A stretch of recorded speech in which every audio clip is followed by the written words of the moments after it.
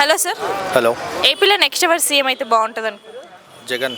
ఎందుకని జగన్ గారు ఆయన చేసిన డెవలప్మెంట్స్ చూసి జగన్ అనుకుంటున్నాను. ఇంతకుముందు అంటే ఇప్పుడు చంద్రబాబు అప్పుడు ఏపీ తెలంగాణ అసలు డిఫరెన్షియేట్ లేకుండే.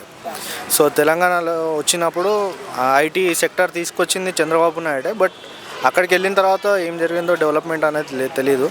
బట్ జగన్ వచ్చిన తర్వాత అక్కడ విశాఖపట్నంలో కానీ విజయవాడలో కానీ హెచ్సిఎల్ రావడము, వేరే కంపెనీస్ ఐటీ సెక్టర్ రావడము, ఇంకా ఆయన చేసిన సేవలు ఇంకా చాలా ఉన్నాయి. సో ఆయన వస్తే ఇంకా మేబీ ఏపీ ఇంకా డెవలప్ అవ్వచ్చేమో అని నాకు. ఓకే అంటే ఈ 5 years మీకు పాలన ఎలా అనిపించింది? మంచిగా ఉండే, ఎందుకంటే వాళ్ళ డాడీ పాలన మాకు ఇష్టమే. సో ఆయన అడుగుజాడలోనే he is walking his footprints అనమాట. సో ఆయన అడుగుజాడలోనే నడుస్తున్నాడు. ఇంకా చూద్దాం ఇంకేం డెవలప్ చేస్తాడు. Let's hope for the better అంతే. అంటే జగన్ గారి పాలనలో విద్యా రంగాన్ని, వైద్య రంగాన్ని ఎక్కువ ఇంప్రూవ్ చేశారనేసి అంటున్నారు కదా, నిజమే అంటారా?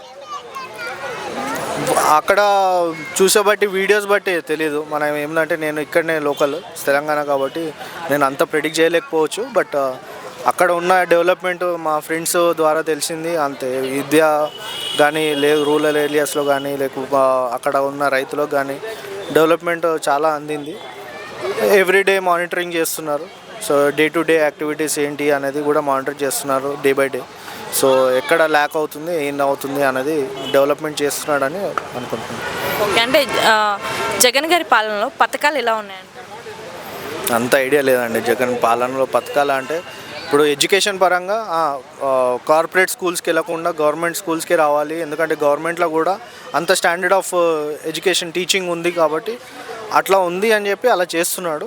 అది వర్కౌట్ అవుతుంది అక్కడ.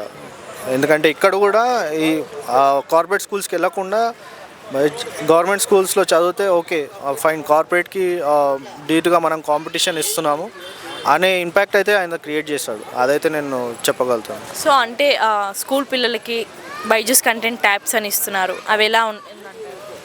ఇప్పుడు స్కూల్ పిల్లలకి బైజూస్ ట్యాబ్స్ అనేది లెర్నింగ్ ప్లాట్ఫామ్ అనేది.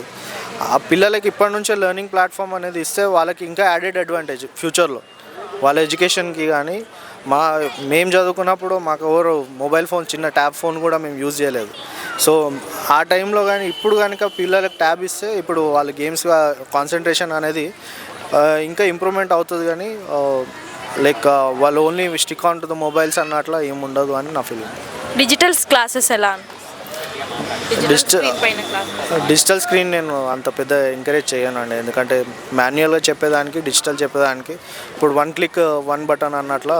So even though if you click any single context నీకు మినిట్స్లో వచ్చేస్తుంది. ఇప్పుడు చాట్ జీపీటీ అని యూజ్ చేస్తున్నాం మనం.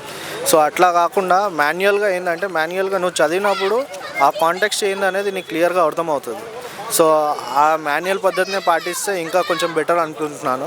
At the same time digital media కూడా ఉండాలి. ఎందుకంటే డిజిటల్ ఏదైతే ఉందో ఆ డిజిటల్ టెక్నాలజీకి మనం అప్గ్రేడ్ అవుతున్నాం, డే టు డే అప్గ్రేడ్ అవుతున్నాం కాబట్టి డిజిటల్ కూడా ఉండాలి. బట్ 100% డిజిటల్ అనేది బెనిఫిట్ అది అనుకోను. ఓకే అండి. అంటే జగన్ గారు వచ్చాక బెస్ట్ ఏం చేశారనుకుంటున్నారు? స్కూల్స్ అండి, డెవలప్మెంట్ స్కూల్స్ కానీ రూరల్ ఏరియాస్లో రోడ్స్ అక్కడ ఉండే అన్నీ డెవలప్ చేశాడని అనుకుంటున్నాను. ఓకే అంటే చంద్రబాబు నాయుడు గారు గ్రూప్తో అంటే పొత్తులతో వస్తున్నారు, జగన్ సింగిల్గా వస్తున్నారు కదా, దీన్ని మీరు ఎలా భావిస్తున్నారు? ఇప్పుడు చంద్రబాబు నాయుడు ఏపీ తెలంగాణ క్లబ్ అయినప్పుడు ఆయన సింగిల్ హ్యాండెడ్గా నడిపించిండు, ఆయన డెవలప్ చేసిండు. ఇప్పుడు అక్కడికి ఆయనకు మెజారిటీ అవసరం అనిపిస్తుంది అన్నప్పుడు అతనిదే డౌన్ఫాల్ అని నేను అనుకుంటున్నాను. ఎందుకంటే అతను సింగిల్గా కూడా పోరాడచ్చు. అక్కడ కూడా జగన్ సింగిల్గా పోరాడినప్పుడు ఇతను కూడా పోరాడవచ్చు. But at the same time అతను పొత్తులో పెట్టుకుంటున్నాడు అంటే అతని డౌన్ఫాల్ అతనే చూసుకుంటున్నాడు. ఓకే ఒక ముక్కలో ఎపిక్ నెక్స్ట్ సీఎం జగన్.